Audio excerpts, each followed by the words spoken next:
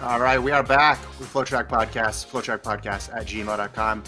I'm Kevin, he's Gordon, and I want to begin today, as we begin a lot of shows, which is a review of Gordon's Twitter account. Gordon, you put out a stat yesterday that blew my mind.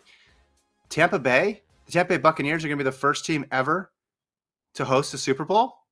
Is that true? Yeah, it is. They're also selling the naming rights of Tampa Bay to Tampa Bay. It's great. It's crazy. Hey, here's the thing. That was sarcastic, correct? That was sarcastic, correct? Okay. I'm a diehard Eagles fan, so I hate the Patriots, and I hate Tom Brady and all of his success. But now that he's not with the Patriots, I kind of like Tom Brady and all of his success because no one really cares if a Tampa Bay fan gets to feel victory because there's like 12 of them. So it's now when Tom Brady wins, it's like it hurts the Patriots. So it's like it feels good. You know? That's my take. So I'm kind of it is odd. There's some crazy Tom Brady stats that are out there. From age 37 on, he has made more Super Bowls than any quarterback in their career. Yeah. So after he turned 37, he's had like a full career, which is crazy. What I didn't know, because I don't really pay attention to the NFL, when did every NFL quarterback become like 37 years of age or older? Because somehow Drew Brees is 42 or something, and he's probably retiring. Yeah. Aaron Rodgers is late 30s. Ben Roethlisberger is late 30s. Tom Brady, 43 years old. When did this become like the senior tour in golf? I don't like. I guess I'm kind of comfortable with it because it means that like all these other players are changing. Like you don't watch the NFL for 2-3 years and you don't recognize anybody on defense. You don't recognize anybody who's playing wide receiver for certain teams because they've just recycled completely new players. But a lot of the quarterbacks just nothing changes. Just another year. You're back there. The main reason is the NFL has made drastic rule changes to protect the quarterback. They really have ingrained in defenses' minds if you break a quarterback's nail, you're out. You're penalty. So I think the lack of big hits that quarterbacks take, especially quarterbacks that don't run around, they're able to their longevity is stronger because think about it. I mean, the taxing on their body is not as much as a linebacker or running back or a wide receiver who's getting pounded. They're not getting those crazy hits as often as any other player is, like a lineman or all that stuff. So they're able to last longer. Their body's more, preserved. And quarterback is one of the hardest jobs in the world. And if you're good at it, it's like a rare commodity. So you don't want to get rid of someone who already can do it. You don't want to have to. You don't want to move on and see if this 22-year-old can figure it out. You're like, hey, we know some guy who already knows it. It's like ageism in the workplace, but the opposite. They're just going to keep the old guy and never give the new guy a shot. Phillip Rivers is 39, and he hasn't been mobile for 10 years. That was good analysis. I actually didn't know that, again, because I don't pay that much attention to the NFL. So that might have been an obvious statement, but I'm glad that you explained that to me. Do you have a Super Bowl pick? Or do you want to save that for 2 weeks from now after you look at the numbers?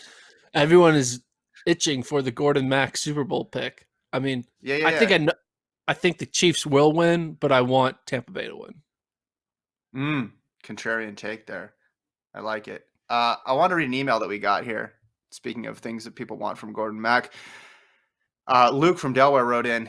He says, often I've thought to myself that Kevin Sully could talk the paint off of a wall. On January 22nd, 2001, I witnessed the paint on my kitchen wall begin to peel as Mr. Kevin Sully went on an 11-minute solo performance of the year, a new PR, according to Tila Stapaya. Sometimes it takes a lot of talent to make something so difficult look or sound so easy. Then Gordon ruined it. Just kidding, Gordon. That's Luke from Delaware. Yeah, I did ruin it. I remember I went back and listened to your 11-minute take. Not bad. Give it a 6 out of 10, 7 out of 10. It was hard. 6.5. Next time I'm going to need more notes. Like Dan Patrick can always kick it over to the 6 guys sitting with microphones next to him, or someone hands him a sheet of paper and he can read it. Like if he needs to get bailed out a little bit. It was just me. It was just me, and I guess I could have thrown it over to Alon, but I think he was probably waiting for you to call in at that point. It's hard. It's hard to have a conversation with you How do guys. So. radio hosts do 3 hours every day? I guess that's why they have callers. Well, and they do, I think this is how the format used to be. They do 7-minute blocks and then commercials. So they just think in 7-minute segments. Okay, I'm going to talk about the first game for the first 7 minutes. Then I'm going to do the second game for the next 7 minutes. So I guess if you had a break, you get your thoughts and your ideas together. But I don't know if I'm ever going to have the opportunity to do it again, because the chances of you ever being late again are pretty low. I think you're just going to be on time from here on out. So Maybe. Or I could be late again. You never know. or Wednesday. All right, let's talk track. We got some records to touch on. We have some fast collegiate performances as well. And some just news. A whole bunch of news here. Yeah, a lot of news actually. This will be a packed show. So let's get to it. Don't have time for you to dive deeper on that Super Bowl pick, unfortunately. But Ryan Crouser, I told you, Gordon. I said people are gonna go big in this meet, and you said I don't know. It's gonna be the first one in a while. But we saw Crouser with the world record. We saw Grant Holloway equal his American record, and we saw Trayvon Brubell almost get a PR right out the gate. What were your thoughts on the American Track League debut meet? I mean, the 3 people who went big are the best in the world at their sport. Everyone else did not go big. Everyone else was super mediocre, except for the 3 basic Olympic favorites who went big. Yeah, but they went. Holloway, But they went historically big. They went historically big. Yes, but we can't act like you can't just if 1% of the field is doing great, we can't just all of a sudden it was a great meet because 99% of the field went out there and ran 46 seconds in a 400. Like, meanwhile, we have Matthew Boling, who we'll talk about later, going out there running 45 seconds, and he's 19, 20 years old. Anyway, regardless, let's talk about Ryan Crouser. World record. Mm-hmm. This guy, I mean, I remember I went on that crazy stat when he's broken 22 meters over 100 times. The next guy hasn't done it like more than 20 or something like that. It is becoming like he's throwing a baseball, or like a grapefruit right now. You know, I feel like he could probably throw a shot put farther than I could throw a grapefruit. That's how great he's been right now. But yeah, I don't know what to say. I mean, I think 23 meters is on his mind, right? That's probably the one like hanging fruit that he wants to crack, right? That's like his sub 4 performance. He wants that breaking 23 meters. But I think he's going to do it. When on bad days, he's throwing 22 lows, 22 mids, and on good days, he's throwing 22 highs. You have to imagine a great day, he's going to crack 23 meters. He's only gone farther than this twice outdoors. So this is his 3rd best throw ever, and he did it in his 2nd indoor meet. Yeah, 23. That's the next step for him. I mean, 22.91 outdoors, so he's already dangerously close. But he doesn't need competition because we've seen him do this stuff in meets that he wins by huge distances. He doesn't need a bunch of meets to get going either. So you think if you hit 22, 7, and 8 just consistently, repeatedly, that outlier performance where you get that throw over 23 seems to be coming. Underrated part of this, he did this in a hat indoors, which I think was cool as well too. You know, you can't discount that. But what do you do you think he's going to get the outdoor world record this year? Do you think this basically indicates that we're going to see him get Randy Barnes' mark at some point in the 2021 season? Well, I think about this. I think every athlete knows this feeling when they set a PR in like one of their first 2 meets like of the season, Mm-hmm. Right? Because everyone was like, "Ooh, my baseline is now my high point from last year, right? So I can only go up, right?" It's that good feeling like when you PR in the beginning of a season, you think the end of the season, you're just going to be even amazing. Now, sometimes it works out, sometimes it doesn't. But he's in that zone that all of our athletes love to be, where you reset your baseline. And like when you're able to reset your baseline to a new level. And I mean, Yeah, I think he's going to. I mean, what else is, especially indoor, like, what else he has to prove? I think there's no point of trying to throw another indoor meet. I mean, he might, but like, if it's gonna be a weird like a Mondo Duplantis moment, right? Because what if he does keep throwing indoors Yeah. and breaks the outdoor world record indoors? Then we're gonna have this weird feeling of like, is he a world record holder or is he not? Right? Because indoor world records, outdoor world records. I wonder the differences for throwing. I mean, does the wind may help you or hurt you throwing? I don't know. In the shot, not much. In the shot, not Yeah, much. I maybe the don't think. I mean, altitude. the old record was 22:66, so this was easy for him based on what he did Yeah, last year. How many times consistently he threw that mark? I think it was just a matter of getting the opportunity and getting at least one competition under his belt before he did it. The weird thing, though, Gordon, is like we talk about him chasing history, but there's two other guys who are right with him, right there, right who right now who have the capability of throwing this far in Kovacs and Walsh.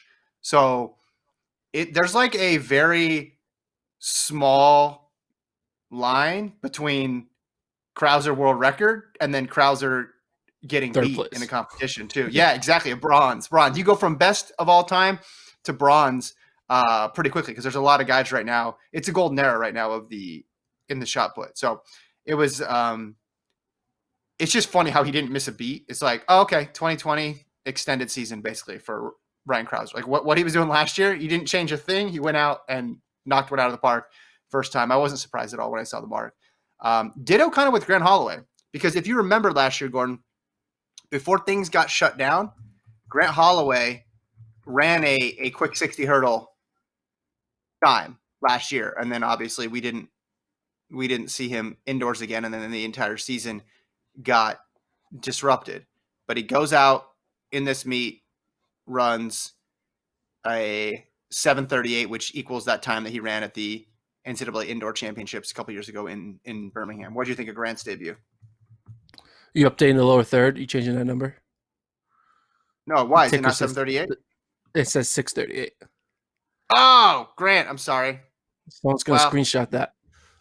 maybe It's one not the day. first Maybe time one. Grant's PRs have been questioned on the internet. If anyone is a follower of the Adidas running Instagram handle, they had a little poll with Grant Holloway, and they said, "What event does Grant Holloway own the American and NCAA record in?" And it said 400, 400 hurdles, 100, 110 hurdles. None of which are the correct answer because he does not have the American record in the 110 hurdles. The correct answer was the 60-meter hurdles, where he owns the American record and the collegiate record. Are you That updating should it? actually say no. It should say 7:35 anyway. It shouldn't even 6:38 or 7:38 was the rounds, and then he came back and ran Yeah. 7:30, Where do you get the 6:38 7:35. from? That was the first round. The first round on Are on you up? Should Sunday. I update? I can update it. I think you should update it. We'll just restart this entire segment. We screwed it up. We had one job here, No, it's fine. and that was to give Grant Holloway his due. Um, Regardless, great performance What from do you? him. I mean, The thing about go how ahead. I mean, I feel like he's already done enough in the indoor scene that like it's kind of. I mean, I guess technically the world record is still out there in the hurdles, the 60 hurdles, Mm-hmm. and that's probably what he's eyeing for. But like Grant Holloway to me is just like he's going into a realm where like I kind of don't care what he does indoors. The same way no one on the planet Earth cared what Usain Bolt did indoors. They just didn't. They were like, all right, whatever. No one cares Mm-hmm. if Usain Bolt has a fast 60 time or an indoor 200 time. They just want to see Bolt, see what he can do in the 100 and what he can do in the outdoor 200. And I think Holloway, and for that matter, even Lyles in a weird way, it's kind of just like, yeah, it's cool, but it's like glorified like exhibition where Well, I want to see if the Holloway breaking 13 seconds in the 110. I want to see Holloway running a low 9.9 in the open 100. his 60 stuff, we just know you're the best at it, and it's kind of like save the 60 for the college kids. Right, but right now the choice isn't that. The choice is between Yeah. seeing him run indoors or don't see him race at all. I like how we're just continuing to butcher his times. You got him breaking 13 minutes. I have him running 6:38. It's just it's all over the place here on the Grant Holloway section. Look, here's what I know with Grant Holloway. He last year, Grant Holloway, 2020, okay, got out to we don't know, we'll never know what he would have done in 2020, but he ran one indoor meet and then ran 7:38. He ran one indoor meet and ran 7:38. You could make an argument, and it would be a pretty persuasive argument, that he would have gone on last year to win the Olympic gold medal. And then in 2021, right now, we'd be looking at, can Grant complete the three-peat in the high hurdles? Instead, he's going to try to go for 2 in 3 years because the championships were close. But I think this is a sign of his dominance. And I know the 60 hurdle plays a lot to his strengths. But he's a pretty dang good 110 hurdler as well too. So I think we could have seen a string of 3 straight Holloway golds. Now it's going to be a bit interrupted. Not to say that he can't start a new streak without this year, but I don't know. Like when you do that out the gate, just like with Crouser, I mean, you tie your best time ever in 2019. I mean, we know how many times he raced in 2019. Yeah, new baseline, exactly. But that was the question, right? With him was, okay, he went from doing a whole bunch of events to just doing one event. He's probably going to get better when he's just focused on one event and he's a pro. And that's been, from the evidence that we've seen, which is pretty clear that that's the answer. You can't really have an argument, right? That what he's doing now isn't going to make him vastly superior to what he was before. And what he was before was really good. Yeah.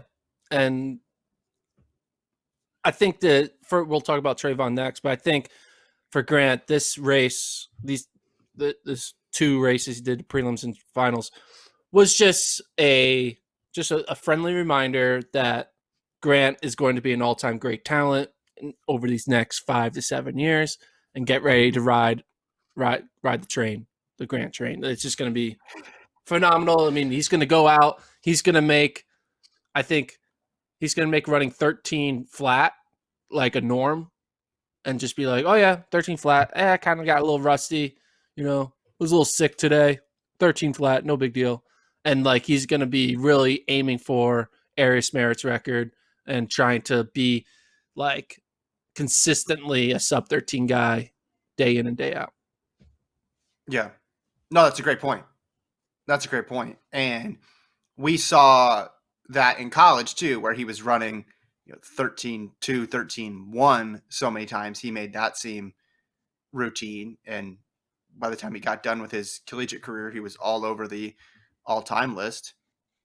Makes sense that would happen when he becomes pro and full-time. It's just hard to judge because he got that first full pro season got taken from him because of the pandemic last year.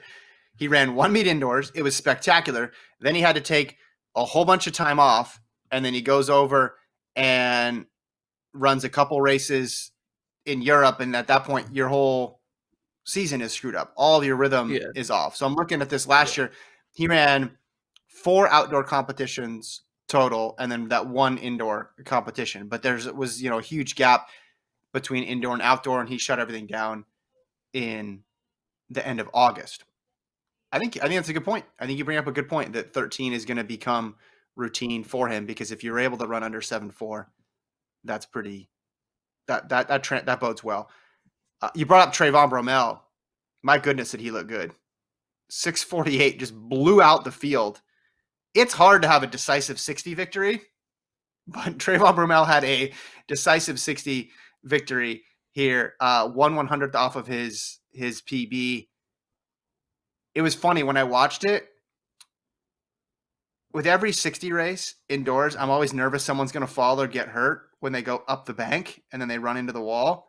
And then with Bromell, he like chopped his steps after he crossed the line. I was like, don't get hurt, don't get hurt, don't get hurt, please don't get hurt, please don't get hurt, please be okay. Do not hurt yourself. You just ran 6.4.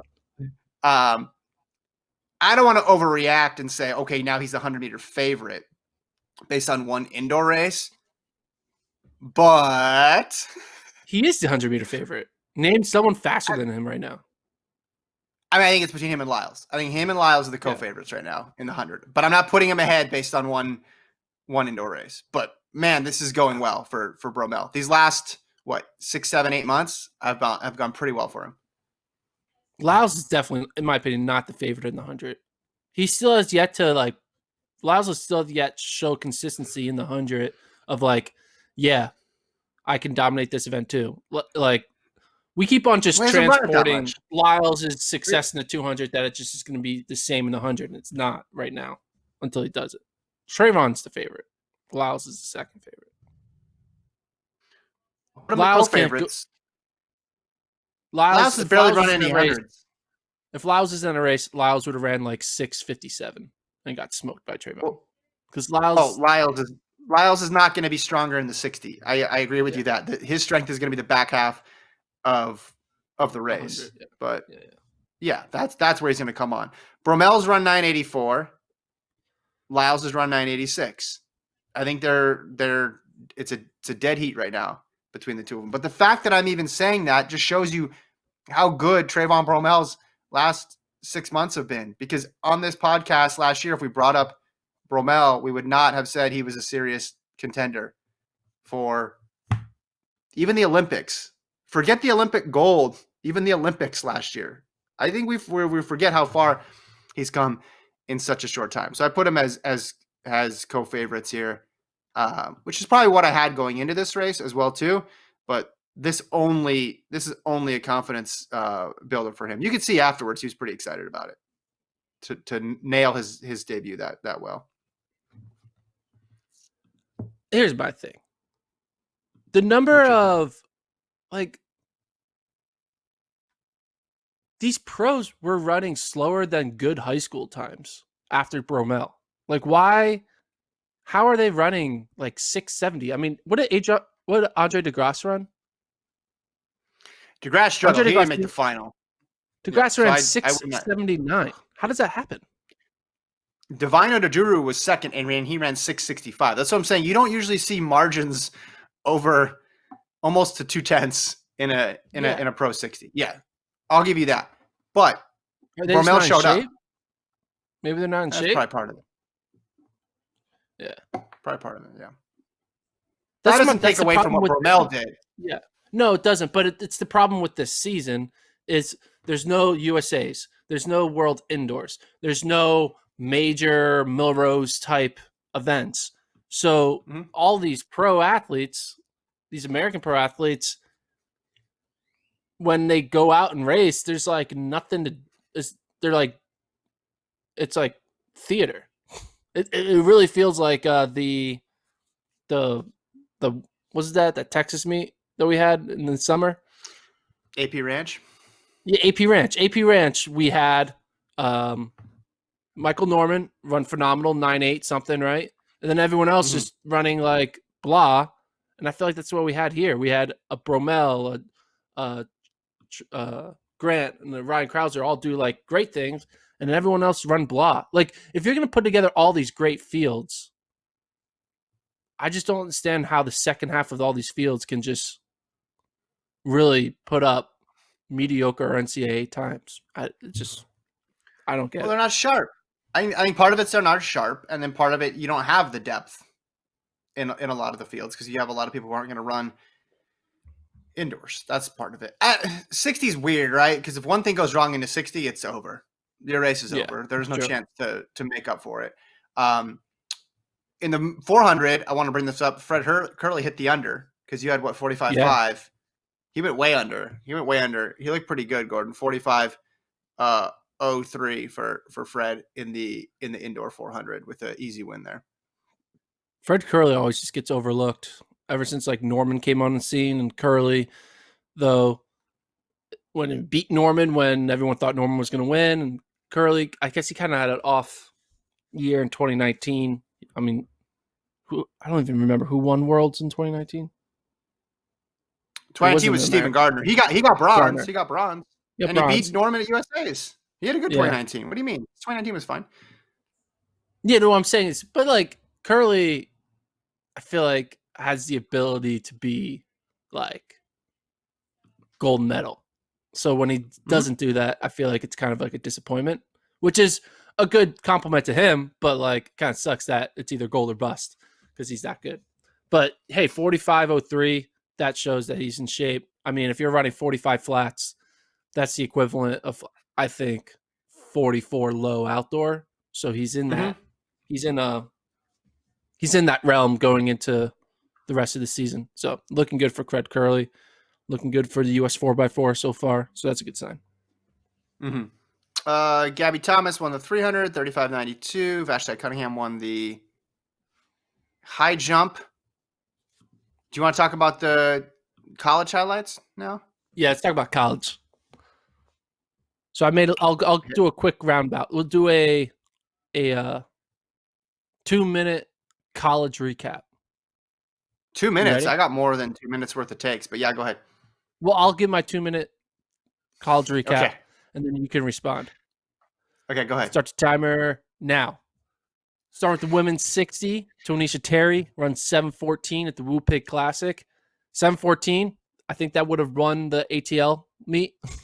But Terry showing that she's in good form. The senior now, USC. 7:14. She's going to be the favorite to win the 60. Abby Snyder gets second in that race, runs 7:22, adding to her resume as being my Olympic sleeper favorite to make it into 200 at the outdoor Olympic trials, because she's now fastest NCAA 200-meter runner and second fastest 60-meter runner. Matthew Boling in the 400 runs 45.51 NCAA lead. Boling, who we keep on attaching as sprinter. Let's see what he does in the 60, what he does in the 200. We got to remember the most viral moment he had was his 4x4 kickdown in high school, where he split like 44 seconds in a 4x4. Runs 45.5. Season opener there in the 400. Number one in the NCAA. Should Boling be focusing on trying to run the 400 at the NCAA level? Should he abandon the 60 to 200? I don't know. Be interesting to dive into what your takes are, Kevin, after my 2-minute rant. 600-meter women, Athing Mo breaks the collegiate record by running 2 seconds slower than her personal best, which is weird. How can you break the collegiate record but run 2 seconds slower than your personal best? It just shows that Athing Mo was really good in the 600 in high school, that the college has yet to catch up to that level of running. She runs 125. 800, this guy named Jason Gomez, sophomore from Iowa State, runs 147. Why is that impressive? Iowa State now has 1,000 800-meter runners that all will have eligibility in the outdoor. And if you remember 2 or 3 weeks ago, Iowa State, on the backs of their 800 meters runners and their 5K, 10K guys, could potentially win outdoor team title. All right, men's mile. Amon Kemboy is looking good. We haven't really seen much of him. He redshirted last year when he transferred to Arkansas to preserve indoor eligibility. Goes out there, runs a 3:58 mile. Moon Kemboy is going to be one of those guys where Arkansas is going all in on indoors. So he might be one of the men who kind of takes the spot of a Grijalva or a Tier if they choose to back out and focus on cross country. Kemboy is just going to come in there and dominate the mid-distance events. Women's 3K, Arkansas women continuing to cruise through regular season. They just had 3 women run 9:12 or faster in the 3K. 5K, women, Mercy Chilangat made her debut. She didn't run that fast. She ran 15:52, but we're a Mercy Chilangat podcast, so we got to mention whenever she runs well. Yes. 15:52, Mercy Chilangat Central. On the D2 side, a guy named Christian Noble ran 13:37, breaking the D2 5K record. 13:37. Christian Noble, I wonder if NAU or BYU are going to see if he has any D1 eligibility left and try to get him to transfer in time for the cross-country championships. And then 4x4, North Carolina A&T runs 3:04, the men. showing that, hey, A&T has got some depth.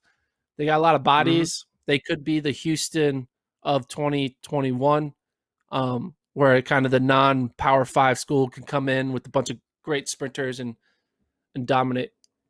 So that's my 2-minute recap. Boom. Well done.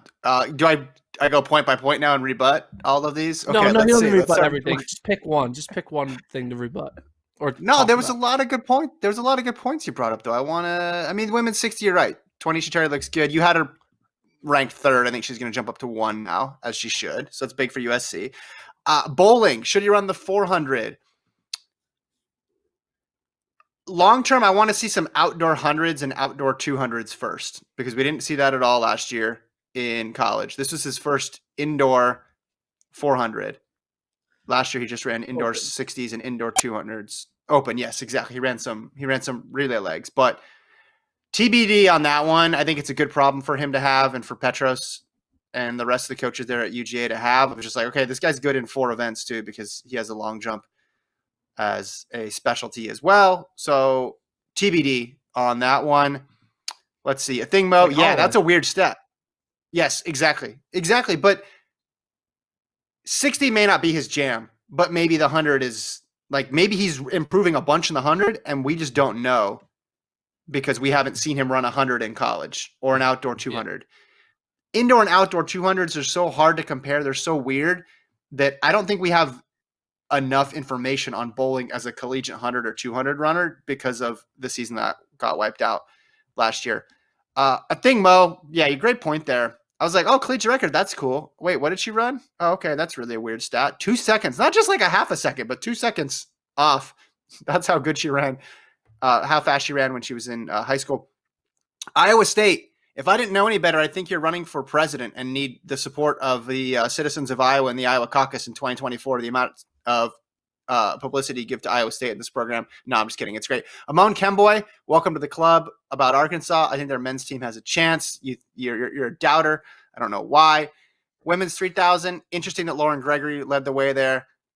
Congrats to Christian Noble on the D2 record. And, of course, Mercy Chalangad is back. I'm excited about that. Yeah, I'm excited for her. It's going to be a big deal. Yeah.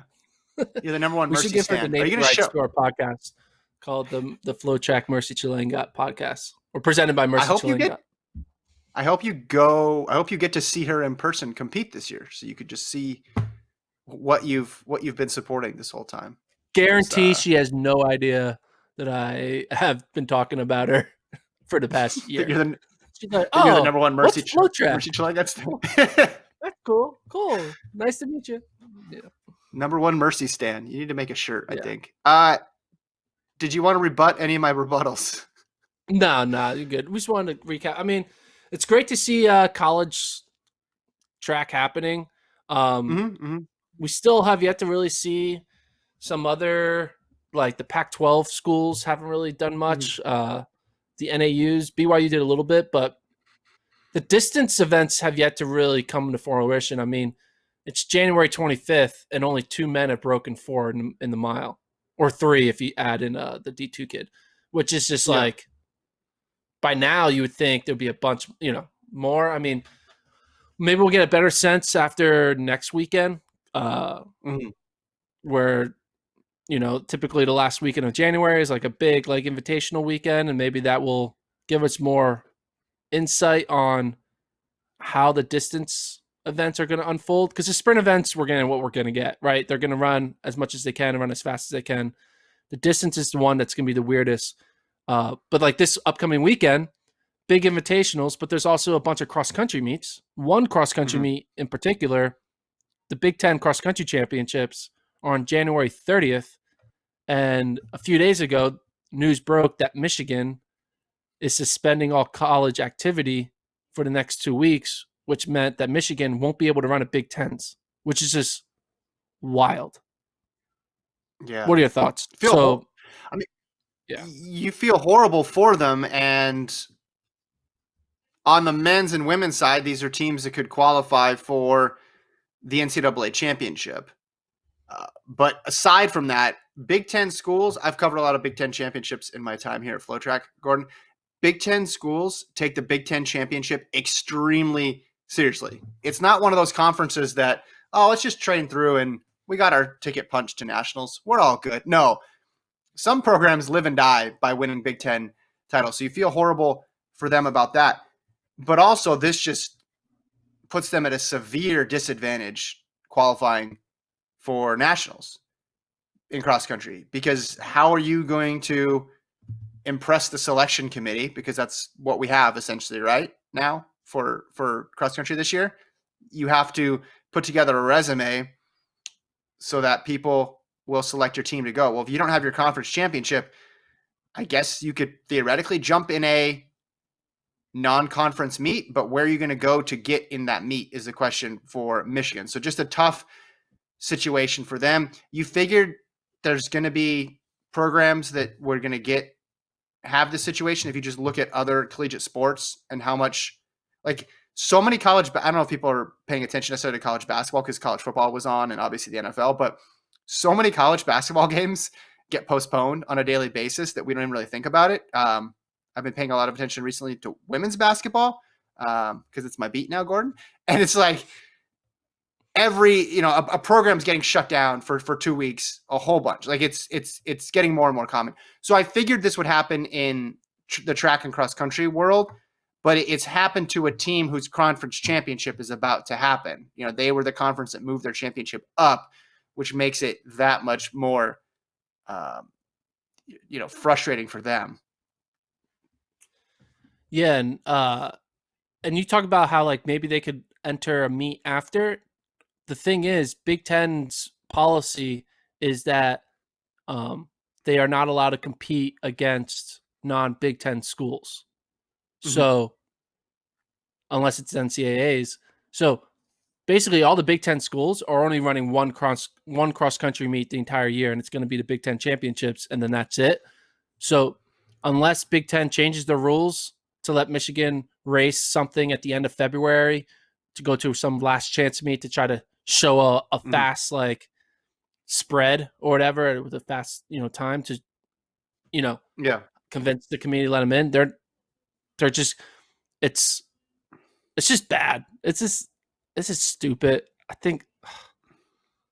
I mean, what if you do this? What if you take the top 4 teams? I don't want to say from the someone Big Ten will get me in championship. trouble, What if you take the top 4 teams in the Big Ten championship and you just say, hey, do you guys, once this 2 weeks passes, maybe middle of February, maybe first week of February, I don't know, whenever the 2 weeks is up, and you say, do you guys want an all expense paid trip to Ann Arbor to run on our beautiful cross country course?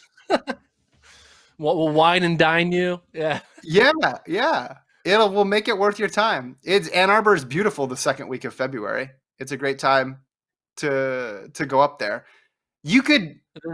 They all send their They're B good. team. Hey, just beat our B team, and we'll let you in. Yeah. I mean, I don't have your rankings in front of me, but they're both national championship qualifying teams, right? Yeah, They're top both 20. Top, yeah. So I think people would be predisposed to pick them. It would only take one race for them to show up and do it. Now, they can't go outside of the Big Ten. Can they stay in state and compete against like schools in Michigan, or it's only Big Ten versus Big Ten? It's only Big Ten. But again, maybe they could change the rules. I mean, maybe what they could do. I mean, the Big Ten's never gone back on their rules before. I can't think of a single instance when the Big Ten has changed what they're going to do. It's true. Could they? Well, I feel like the Big Ten's gonna be like, what? Cross country's happening? Oh, no, we're busy. It is an indoor season. Yeah. They just don't care. I guarantee you, Michigan, once they made that announcement, we're suspending all activity. I guarantee you they had no idea that meant that a conference championship they wouldn't be able to go to. I bet you they didn't know that Big Ten cross country was in that 2-week period that they were suspending activity for. If this was say this was BYU, they could pivot then to, okay, let's just do indoor. Let's just focus on indoor. But Michigan is very cross country centric. Yeah. The people that they recruit on their team lend really well to cross country for both men and women, especially right now. So it's a harder pivot than you'd think to do that. Other programs, I think it might be a bit a bit easier, but this is just incredibly. It's like goes against kind of what their philosophy is as a program. I think if you just went to indoor, right? That's hard, right? And then if you're only running against Big Ten teams indoors, how many Big Ten track meets are there going to be between now and then for qualifying Yeah. times? That's going to be hard, right? I guess they've hosted ones; they could host some more. What about this for cross country? Could they go out and just do their own dual meet? It's like just It's not a dual meet, like no, not dual meet. They just run a cross country race by themselves, and then their pitch to the committee is that yeah, sure we didn't beat anyone, but look how fast we ran over 8K or over 6K, and our spread was like turn it into like trying to. It's like whoa, they ran, their winning female ran 1950, and their fifth woman was 2030.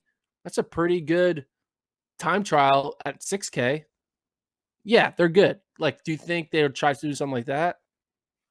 And no, I don't think they will, but I like the idea of people. You have two resumes in front of you. You have one team that ran 4 meets, and here are their times, and the other team, they're 0-0, but they have some times that they'd like to talk to you about. What if they get on the Wisconsin course? What if they call up Mick Byrne and say, hey, can we use your course? Because there's historical precedent at your course. Yeah. There's a lot of fast times that run at your course. Yeah. Like, listen, if we ran these times at the 2018 NCAA cross country championship or Nuttycombe, we'd have finished 6th. You got to let us in. Look at how every time is relative to how far behind you would be of like Morgan McDonald or Alicia Monson. And you're like, oh, we're only 13 Monsons behind. So that means we're a top 31 team. Or maybe they pay Morgan McDonald and Alicia Monson to come to Michigan for a day, wine and dine just those two athletes. They go out to race them, and they're the baseline. So they know, all right, time behind McDonald, time behind Monson, and therefore that's their resume. Man, I'm sure the coaches are trying to figure things out and see what they can do and try to help their kids any way possible. I don't think they're just going to sit on their hands and be like, well, looks like we're not going to NCAAs. I think they're going to try to figure out a way, but man, it's just I think they're going to try to.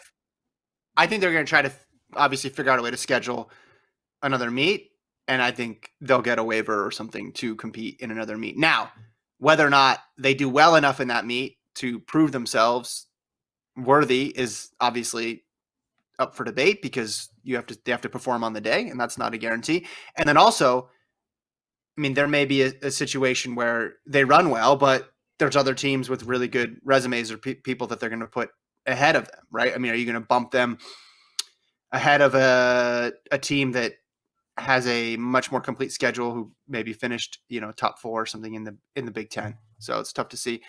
Speaking of NCAA news, you put this note in here about you want to talk about the East and West prelims already? That's kind of it's kind of down the road here, Gordon. What are we doing? There was a report, NCAA committee, where they are suggesting changing the number of athletes it takes, the number of athletes they accept that qualify at West and East prelims. Typically 48 athletes in the West, 48 in the East would qualify for prelims, but they're thinking about changing it to 32, basically to reduce the event size. Maybe, and that's the main reason, to reduce event size by a third. I mean, how many times does the 33rd or 48th ranked athlete be good enough to make it to NCAAs? Probably not often. And even if they were to make it, most likely they probably sandbagged the regular season anyway, So less sandbagging. That's the reason. What? Yeah. Less sandbagging. Less sandbagging. No Morgan McDonald running 14 flat to get into the 5K and then going on. Yeah, you got to run 1350. You got to run 1350. That's what you got to do, Morgan. He was the one I thought of most recently. But yeah, that goes 48 down to 12, if I'm remembering. So now it'll just be 32 down to 12. Down to 12. Yeah. On the long list of things to take issue with, I would put this at the bottom. I mean, if this is what they want to do, if this is what they need to do. I'm sure there's some coaches who probably think this is a good idea just in general. Forget the pandemic. Like, why do we have I guess 96 people if you count both regions going to this this meet. It drags it out even longer. Yeah. I mean, it's going to suck if you're ranked 33rd in your event this year. Yeah. Well, I mean, it You'd be sucked like, when you were 49th last year. yeah, that's true. It's all, but I think you make a good point of just like how many people outside of that range make it who didn't have the ability to run A faster. top 32. It is, Yeah. I guess the pushback that you would hear would be, okay, well, we have a limit on where we can travel for meets. It's much harder to get fast marks. So certain schools are going to be at a point of advantage than other schools because they can get to Stanford and run the fast 10,000 or run the fast 5,000. But to that, I say, look, listen, everybody has a track, right? Do some home meets. Do some home meets. We Weather's not lost going you to be there. Do perfect. some yeah. Do some home meets. Do some home meets. Like, Well, not everyone you has all an have indoor track. That's one thing we know. no. I'm talking about outdoors. We're talking about outdoors. If we're talking about this rule, it pertains to outdoors. And I Yeah. think I'm just envisioning the pushback. I'm closing my eyes, Gordon, and I'm putting us behind a camera talking to a Division I coach on the other side of the camera and what problem they would have. And I think someone would say, I'm not thinking of anybody in particular, but I'm saying they would say, well, if you happen to be in a location that's geographically convenient or able during the COVID era to compete at a fast meet, you'd be at an advantage for these distance races because you can get in all these meets and knock out a good time. And I guess to that, I would just say, well, you got to compete. What are your You got to go. And thoughts of them just eliminating it altogether and just say top 24 marks go? We do that in indoors, top 16 marks go. I don't like it because I think there should be some competition element to it. I actually like the regional setup. I thought I wouldn't, Yeah. and then I went to one meet and it was awesome because Michael Norman split 43 and Rye Benjamin ran like 48. That's when he ran 48 low, Yeah. and everybody was just going hard. And I thought everybody was going to jog through it, but it was pretty awesome. Kershaw Schweizer, Wayne Kaladi, and Edna Kurgat just like went hard from the gun, and I was so confused because I thought they were just going to jog and then kick, and they ran like a ridiculously fast 10,000 that year in Sacramento, if I remember correctly. Yeah, it was awesome. It was a cool meet. I'm for it. It took me one Okay. meet to talk me into it. I was like, I don't know about this, but you brought up a good point because I remember asking you at the time. I said, "What's the deal? Is this just an aberration?" And you're like, "Well, it's like the last big hard effort that they want to do before the big show in a couple weeks. So for distance runners, it kind of makes sense that they would go and just do this one last hard effort. Same thing with sprinters as well too. Not to say there's not Yeah. jogging. There is some jogging, but there's also like Sabrina Sutherland that year she ran 2 flat in the 800 and set the national lead. Like you don't want to play around too much, basically, right? And your coach doesn't want to play around too much because you could end up out really, really easily. So I kind of like the meet, and I like that there's a competition element to it. And if you had all Yeah. those people go to nationals, then that would be way too long of a meet. Then you have like a 6-day meet, right? If you're going from 48 down to a final, it would take too long. Yeah. No, I agree. I like the meet too. Just, hey, if you're going to willing to cut down to 32, why don't we just cut the whole thing down to 24 national qualifiers? But yeah. Well, so 32 means, so like in the sprints, 4 heats, right? In that first Yeah. section of, like, say, the 100, right? There'll be 4 heats of 8. Yeah. And then would they go that down? So then they would go that down to I guess they would just go that down to 2 heats, right? And then they would do. Yeah. So, because normally it goes down to 3 Yeah. heats, and that's the semifinal.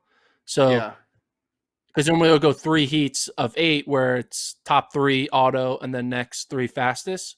So here they'll Yeah. probably go from 4 to 2, and then it'll be Yeah. top 4 auto, and then the next 4 fastest. Yeah. Yeah. And I get it. People are like, well, people aren't trying to, you still get it. Like, there's no winner of the prelim meet. I said, well, that's okay, because you have to think of it as literally like the first round. You're just advancing. It's Well, just yeah, no, that would they really go from 32 to 16 to 12? That seems weird to have an event where it goes from 16 to 12. That doesn't make so you any think they'll sense. just go 32 down to 12 in one round? Maybe. So then what would that look like? So you'd have 4 heats, the top 2 in each heat plus the next 4 fastest? Yeah. That makes more sense.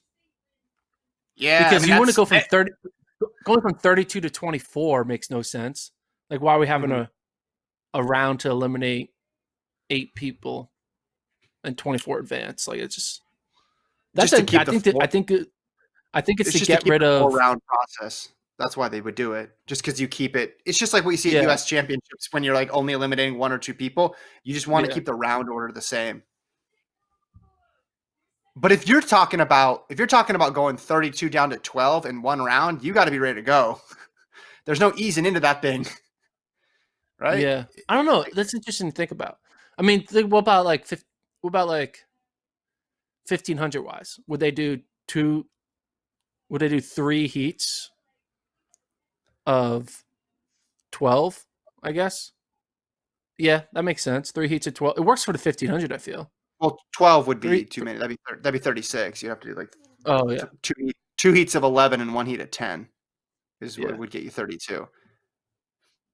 Maybe I don't know. Yeah, that's going to be interesting to figure out how they change the rounds if they do at all, like how you qualify. But I know how they'll do the 10K. Instead of 48 I people know. on the line, there'll be 32 people, and then the first 12 get to go. I guess the Will the 5,000 would 5K be be cut in half? Two probably would be right. 2 sections of 16. 216? Yeah, Yeah. I guess so. I mean, the desire is to keep the amount of people at the facility down, but is it also to shorten the length of the meet as The well time? too? I don't know. Yeah. We'll Because if discuss it that's on the a case, future podcast. cut out a heat of the 5 for the men and cut out a heat of the 5 for the women, and then you're making up some time. Yeah. Cutting a section here or there, the 100 isn't going to do too much. But yeah, like I'm curious how I would do that because I think that's where you'd see some surprises come in of first heat and you have to be on it and oh crap, you drew a fast heat and you end up getting third or fourth in your heat and then you're waiting to get through on time. That could be some upsets there, I think. Man, wild times we're living in. I feel bad for Michigan. Oh, Still did I sucks. lose you? Hopefully they figure out a way to let them have an opportunity to try to qualify for NCAAs because as of right now, Big Ten was their only opportunity. But yeah, this weekend, we'll talk about it later on in the week. There's some big cross country meets happening. The Big Ten, there's another meet happening in Nevada on a Monday, which you Nevada. and I. Oh, did Let I me just say straighten that out for Nevada? you right now. Yep. What's the Listen, difference between Nevada and Nevada? I grew up in Nevada. We say it Nevada, and that's one of the first primary states too. So we know that you're in good with the people in Iowa, but I need you to be in good with the people in Nevada, and you don't want to Yeah, offend them yes, by yeah. saying Okay. Nevada. You already made your play for Florida with your Tampa Bay Yeah. love earlier in the show. So I see Yes. what you're doing here. I'm working. You see what I'm doing? Yeah, no, I see what you're doing. Yeah, there's going to be a lot going on this weekend. I want to talk about Jim Walmsley missing the world record in the 100K by only 12 seconds, but I think we could talk about that on Wednesday because I want you to think about in your life, what's the thing you missed by the smallest amount of time? Or what's something you spent 6 hours doing? What's something you spent 6 hours doing and missed by 12 seconds? Because that just seems so demoralizing to me. I watched the video. Did you see the video of his finish? Yeah. He's happy he's done because of course everybody's happy when they're done running for So 6 it's like, what's the hours. point? What was the whole point of this? Yeah. He got the Sunken American record. cost. Shout out to him. Yeah, exactly. I Any mean, other? it's probably. I mean, I think the best is probably everyone's feeling of watching all of Game of Thrones for it to end with like a shitty ending. You're like, why did I spend all my time invested in this great story for it to end like this? And it feels like, why did I spend all my time running this race if it's going to end with an American record and not a world record? Okay, that's good. I guess we don't even need to wait to talk about it on Wednesday. That's a good That's a good take. I haven't seen Game of Thrones, so I can't Oh, relate to yeah. that. But I saw people in the running world talk about, oh, this is equivalent to missing the 100-meter record by 100th of a second. And I would say, no, it's not, because that person committed 9 seconds to running. Jim Walmsley was out there for 6 hours, 9 minutes, and 26 seconds. He ran 5:57 a mile for 62 miles, only to miss it by 12 seconds. There is no something that's parallel. similar. What's that? I know one that's similar.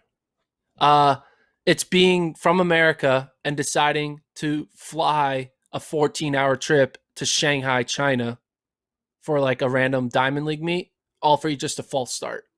So you literally got on a plane for 14 hours, go there, false start, then have to fly 14 hours back. So you spend like 24 plus hours of your time on an airplane for nothing, for a false start. I think it's like, well, he got the American record. Yeah, so he had something. He got something from Didn't he already have it? No? Yeah. That's a good question. Listen, I mean, would you rather miss it by 1 second or by 12 seconds? 12. 100%. Definitely rather Same. miss it by 12. Same. Yeah. I mean, he would probably say 1 because he's a competitor No. and he would want every second. But for me, that would be excruciating. Listen, but when you make the comparisons to the shorter events, you think, oh, if they just timed their lean better. Do you think that was the issue here? Do you think he should have started leaning with like a mile to go? Is that the equivalent in the 100K? You just start falling forward? Yeah, I mean, when did he know he wasn't going to get it? I mean, it's not like he didn't figure out he wasn't going to get it 12 seconds out. Like, there was probably a point in the race where he knew he wasn't going to be able to make up the 12-second gap that grew. So he probably knew, like, with 3 miles to go. When do you think he knew? A mile to go? 2 miles to go? 3? I don't even want to put myself in the headspace of what you're thinking about after running 6 hours. But, I mean, if it's a mile to go, then the math starts probably making a little bit more sense. I'm not sure how good he is with running math, right? That's a tough skill. Some people we know are good at that. Some people, you struggle. You look at the clock and you're trying to do the splits in your head and you're trying to figure it out. I just think once you do know, it's got to be completely demoralizing. And then there's that other phenomenon of you see the clock way far off and then you're like, oh, I'm not that far away. I'm definitely going to break this barrier. And then you start running towards it and you're like, I'm farther away than I thought. Yep. Okay. Well, we are on the north side of what I need to be. I think he probably had that feeling too. I mean, he had the clock and he had, information the entire time. But what do? You've been running 6 hours. Your legs aren't working anymore. There's nothing physically you can do. That's probably what gives him peace of mind is like, oh, it's not like man, if I'd only known. It's like, no, I did everything I could. My body's just not meant to run this far because I'm a human being. Here's also a thing we need to think about. Should you really feel bad for him? He chose to put his body through 6 hours of running. So that's on him in a way. Like, are we really going to have pity for someone who's going to be like, I don't like, maybe you should just not run 6 hour races. Maybe you should start running a little shorter races. Maybe you should run like 2.5 hour races or 2 hour races. I think, yeah, so it was not his old record. The old record was 6:27. So he beat that by 18 minutes. He crushed that one. So you're right. What does it take for someone to want to do this? Like, where does what goes into your brain to be like, yeah, my goal is to be really good at running 6 hours. That's just like crazy.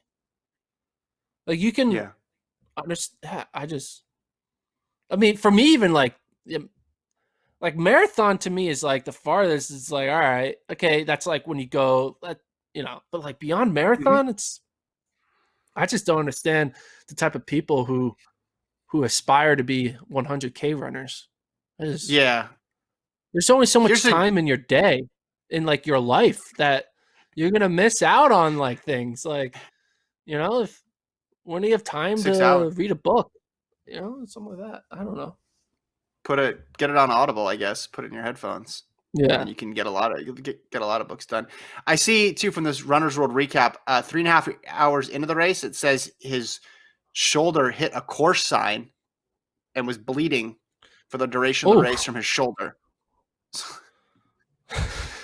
This is just so he literally hit a parked car, as what That's yeah. Because the course sign wasn't moving. Again, I wouldn't blame him for that too. After running for 3.5 hours, I would be getting a little delirious. The thing is, he had to run for 2.5 more hours after that while he's bleeding from his shoulder. Congrats to him on the American record. Obviously, when you break down 12 seconds over the course of 62 miles, it's got to be a little frustrating, but I'm sure he'll take another shot. That's one thing we know about Jim Walmsley. He's not shy. Okay, we'll leave it there. FloTrackPodcast@gmail.com. Gordon, thank you for joining me today. Who knows what we'll talk about on Wednesday, but we'll find something. Thanks to Alon for producing and for putting together this beautiful, beautiful music. There it is. We'll see you guys Wednesday. Email the pod.